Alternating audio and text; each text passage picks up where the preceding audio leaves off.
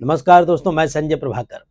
दिल्ली के जंतर मंतर की ऐतिहासिक धरती से शनिवार की सुबह जो विचलित करने वाली तस्वीरें देखने को मिली, वो इस देश के लोकतांत्रिक ताने बाने और प्रशासनिक शुचिता के दावों की सरेआम धज्जियां उड़ाती हैं। पिछले 21 दिनों से लद्दाख की ठंडी वादियों से आकर दिल्ली की इस दम घोंटू और झुलसा देने वाली गर्मी में एक ऐसा इंसान भूख हड़ताल पर बैठा, दुनिया जानती है, सोनम वांगचुक। इस इंसान ने अपना पूरा जीवन देश की शिक्षा व्यवस्था को सुधारने और पर्यावरण को बचाने में समर्पित कर दिया, लेकिन इसे सत्ता में बैठे लोगों से कुछ लोग उन्हें चीन का एजेंट बता रहे हैं। शर्मनाक है, बहुत शर्मनाक। सोनम वांगचुक का ये आमरण अनशन किसी व्यक्तिगत राजनीतिक महत्वाकांक्षा के लिए नहीं है, बिल्कुल, आप जानते हैं, बल्कि ये देश के उन करोड़ों युवाओं की चीख है जिनके भविष्य को इस भ्रष्ट परीक्षा प्रणाली और सत्ता के अहंकार ने मिलकर अंधकार में धकेल दिया। सब ने देखी है तस्वीरें, पेपर लीक की तस्वीरें, सब कुछ। 20 दिनों से ज्यादा समय तक बिना अन्न के रहने वाले अनशन करते हुए भूख हड़ताल पर जब डॉक्टरों ने साफ चेतावनी दे दी कि उनके शरीर का 20% से ज्यादा वजन गिर चुका है, पानी की गंभीर कमी हो चुकी है शरीर में और उनके अंदरूनी जो ऑर्गन्स हैं वो कभी भी काम करना बंद कर सकते हैं, तब एक संवेदनशील सरकार को आगे आना चाहिए था, संवाद का रास्ता चुनना चाहिए था, लेकिन इस व्यवस्था ने संवाद की जगह दमन का रास्ता चुना।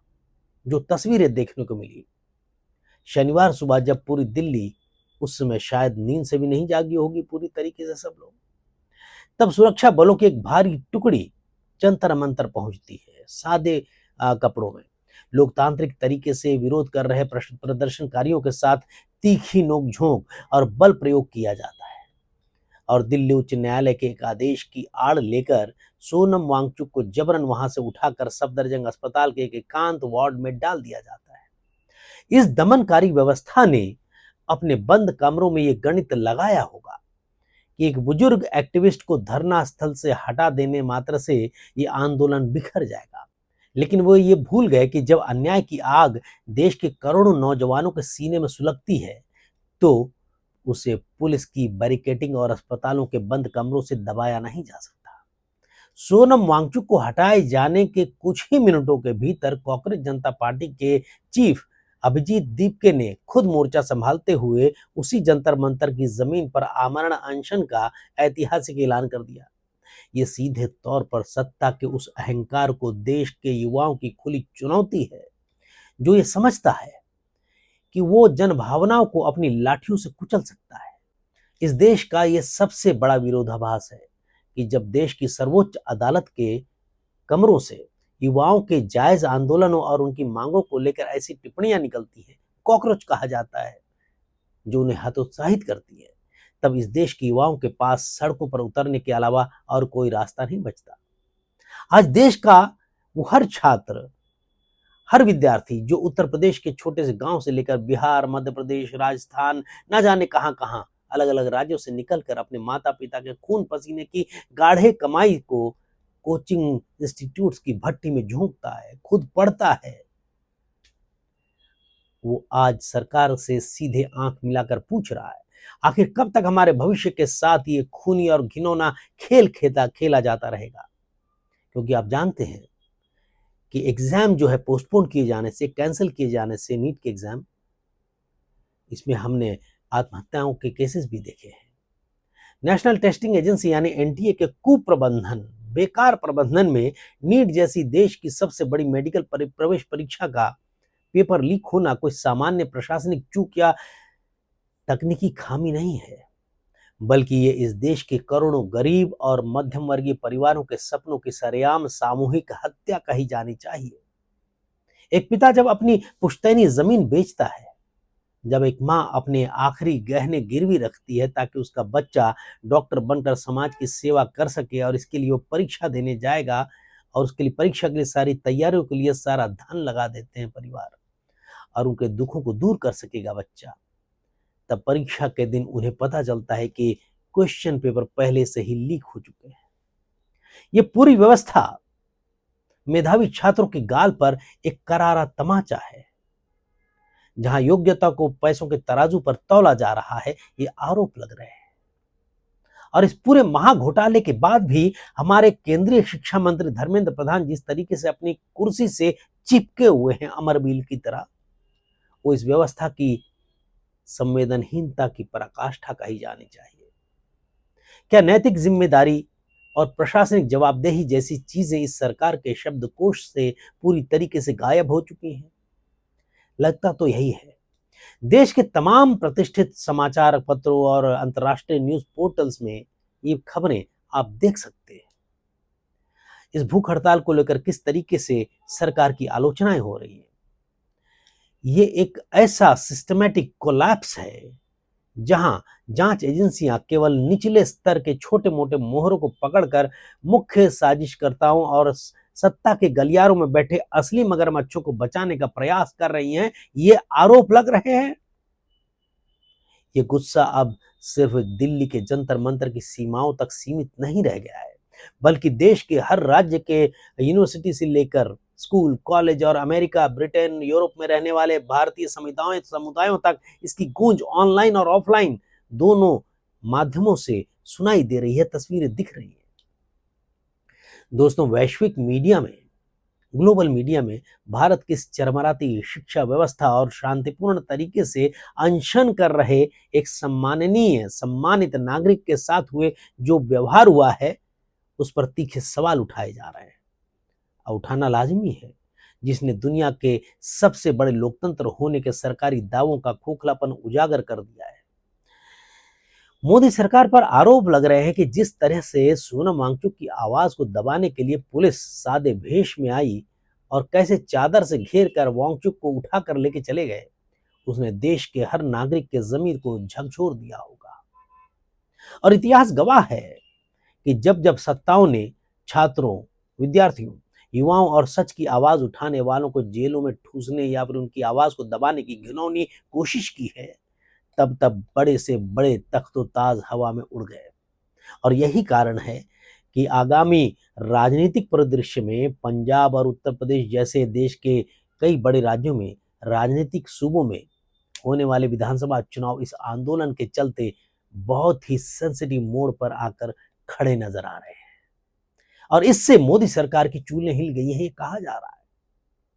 हमें ये बहुत गहराई से समझना होगा दोस्तों कि उत्तर प्रदेश और पंजाब की चुनावी जमीन पर इस युवा असंतोष और सोनम वांगचुक के दमन का क्या सीधा असर पड़ने जा रहा है। जाहिर है, सभी जानते हैं। उत्तर प्रदेश की बात करें तो ये राज्य जो है देश की राजनीति का दिल कहा जाता है, जहां का पूरा सामाजिक और आर्थिक ढांचा युवाओं के रोजगार से जुड़ा हुआ है। उत्तर प्रदेश का हर दूसरा ग्रामीण परिवार अपने बच्चों को प्रयागराज, वाराणसी, कानपुर और लखनऊ जैसे जगहों में भेजता है। तकलीफ में रहकर वहां उनके बच्चे पढ़ते हैं, जहां ये युवा दलिया खाकर, किसी भी तरीके से भूखे रहकर, खा पीकर जो मिलता है उसे खाकर मेहनत करते हैं, तंग गलियों में रहते हैं और अपनी पूरी जवानी और उस प्रतियोगी परीक्षाओं की तैयारी में खपा देते हैं। और हाल के वर्षों में उत्तर प्रदेश में सिपाही भर्ती परीक्षा की बात करें, ARO परीक्षा की बात करें, और अब जो है नेशनल लेवल पर नीट परीक्षा के पेपर लीक ने यहाँ के युवाओं के भीतर व्यवस्था के प्रति एक गहरे और कभी न खत्म होने वाले आक्रोश को जन्म दे दिया है। ये कहें तो बिल्कुल गलत नहीं होगा। जब ये मेहनती छात्रों को पता चलता है कि सत्ता के संरक्षण में पल रहे अपराधी इनके सालों की मेहनत को चंद रुपयों में बेच देते हैं, और उसके बाद जब सोनम वांगचुक जैसे एक सम्मानित और गैर राजनीतिक व्यक्ति को उनके हक की आवाज उठाने पर पुलिस के दम पर घसीटकर अस्पताल में बंद कर दिया जाता है जान बचाने के नाम पर, तो ये गुस्सा सिर्फ एक छात्र आंदोलन, युवा आंदोलन नहीं रह जाता, बल्कि ये एक व्यापक सामाजिक विद्रोह में बदल जाता है। क्या आप इसे गलत कहेंगे? उत्तर प्रदेश के आगामी विधानसभा चुनाव में ये जन असंतोष सत्ता पक्ष के पारंपरिक जातिगत और धार्मिक वोट बैंक में एक बहुत बड़ी और गहरी सेंध लगाने जा रहा है। दोस्तों, राजनीतिक पंडित हमेशा उत्तर प्रदेश को जातिगत समीकरणों के चश्मे से देखते हैं, लेकिन वो ये भूल जाते हैं कि जब युवाओं का भविष्य और उनके आत्मसम्मान पर बनाती है, तो जाति और धर्म के सारे कृत्रिम समीकरण, बनाए गए समीकरण, इक्वेशन स्वतः ध्वस्त हो जाते हैं अपने आप। उत्तर प्रदेश का युवा अब सिर्फ राष्ट्रवाद या धार्मिक ध्रुवीकरण के खोखले वादों के बहकावे में आने वाला नहीं है, और यही बात पूरे देश के साथ भी है। वो सीधे आज का युवा सीधे रोजगार की गारंटी मांग रहा है। वो परीक्षाओं में पूरी पारदर्शिता और शुचिता की मांग कर रहा है। यदि सरकार ये सोच रही है कि वो इस गुस्से को, इस आंदोलन को दबा देगी, तो उत्तर प्रदेश का यही युवा वर्ग, देश का यही युवा वर्ग ईवीएम मशीन पर वोट की एक ऐसी अदृश्य और करारी चोट मारेगा आने वाले दिनों में, जिसकी गूंज से लखनऊ से लेकर दिल्ली, पंजाब, हर जगह सत्ता के गलियारे हिल सकते हैं। और ठीक यही स्थिति, बल्कि इससे भी ज्यादा विस्फोटक स्थिति पंजाब की है दोस्तों। पंजाब की राजनीतिक और सामाजिक जमीन पहले से ही केंद्र सरकार की नीतियों, कृषि संकट और किसानों के से जो किए गए वादे हैं उससे मुकर जाने के कारण बुरी तरीके से सुलग रही है। पंजाब का किसान, मजदूर और नौजवान केंद्र की वर्तमान व्यवस्था से पूरी तरीके से असंतुष्ट कहा जा रहा है, गुस्से में है, आक्रोशित में है। ये सिर्फ 2 स्टेट की बात नहीं कर रहा हूं। पूरे देश में आज का युवा जो है बेरोजगारी से परेशान है, परीक्षाओं को लेकर परेशान है, तैयारी करता है, परीक्षा कैंसिल। पंजाब का मिजाज हमेशा से ही दमन, अन्याय और तानाशाही के खिलाफ मुखर बगावत कर रहा है, ये आप जानते हैं। और जब पंजाब के युवा ने देखा कि लद्दाख का एक सच्चा देशभक्त शिक्षा और रोजगार के संवैधानिक अधिकारों के लिए दिल्ली की छाती पर 21 दिनों तक भूखा बैठा रहा और सरकार ने उनके साथ अपराधियों जैसा अमानवीय व्यवहार किया, चोरों की तरह छुपकर, भेष बदलकर, तो इस घटना ने पंजाब के सुलगते हुए असंतोष में पेट्रोल डालने का काम किया है। ये कहें तो गलत नहीं होगा। इस आंदोलन की गूंज पंजाब के हर पिंड, हर कस्बे और हर घर तक पहुंच चुकी होगी, और सिर्फ पंजाब नहीं, पूरे देश में।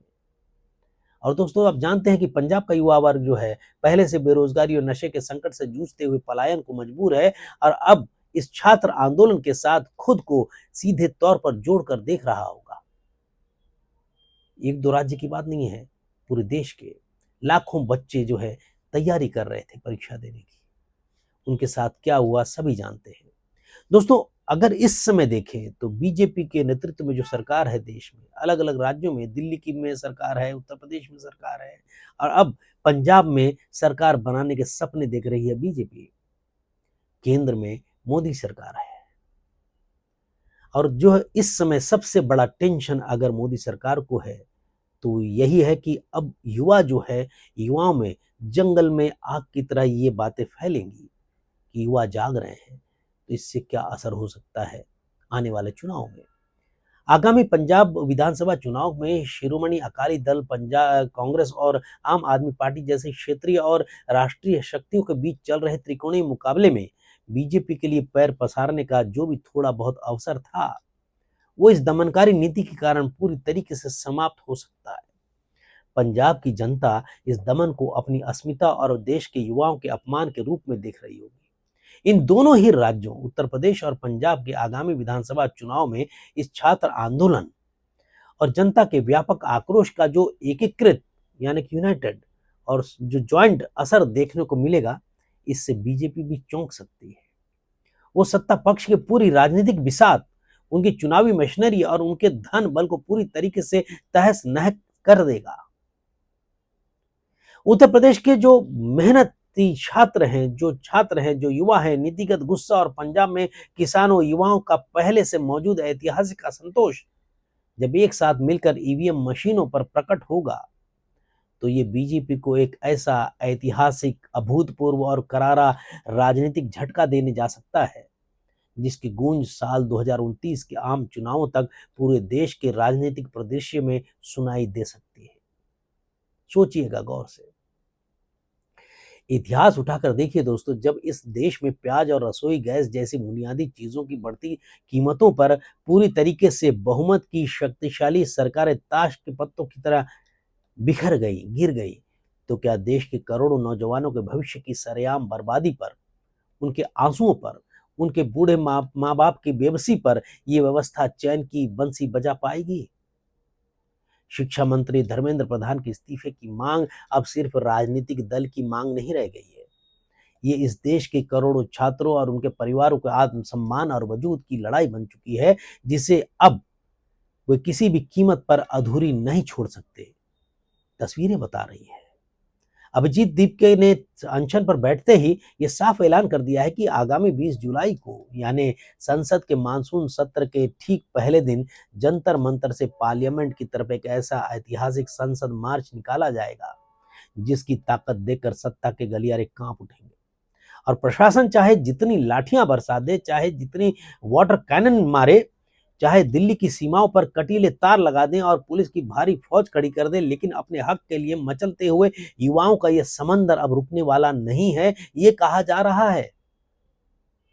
दोस्तों, सफदरजंग अस्पताल के बेड पर पड़े होने और गंभीर रूप से बीमार होने के बावजूद, कमजोर हो जाने के बावजूद सोनम वांगचुक ने डॉक्टरों और प्रशासन को दो टूक शब्दों में कहा कि जब तक सरकार लिखित में परीक्षा प्रणाली में ठोस, सॉलिड, ट्रांसपेरेंसी और बड़े सुधारों का खाका पेश नहीं करती है और शीर्ष स्तर पर जवाबदेही तय नहीं होती, तब तक वे अपने शरीर में एक बूंद पानी या फिर दवाई नहीं जाने देंगे। ऐसी खबरें आ रही हैं।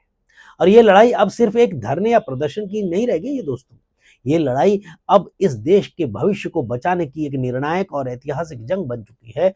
ये सीधा संघर्ष सत्ता की चरम हठधर्मिता, जिद्दीपन और युवाओं में लोकतांत्रिक अधिकारों के बीच है। ये लड़ाई व्यवस्था चाहे जितना भी दमन चक्र चला ले, चाहे जितने हथकंडे अपना ले, इस देश का नौजवान अब पूरी तरीके से जाग चुका है। ये तस्वीरें आ रही हैं और अब वो अपने अधिकारों को पहचान चुका है और अपना हक, अपना खोया हुआ भविष्य और अपनी लोकतांत्रिक गरिमा इस दमनकारी सिस्टम से छीन कर रहेगा। क्योंकि इस टाल मटोल और दमनकारी व्यवस्था के खिलाफ संघर्ष की ये भी कहानी अभी खत्म नहीं हुई है। इसका असली और फैक्टफुल, तार्किक और निर्णायक अध्याय अभी लिखा जाना बाकी है।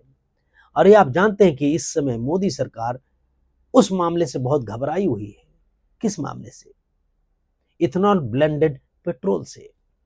जिस तरीके से सरकार की किरकिरी हो रही है, इससे साफ है कि सरकार परेशान है।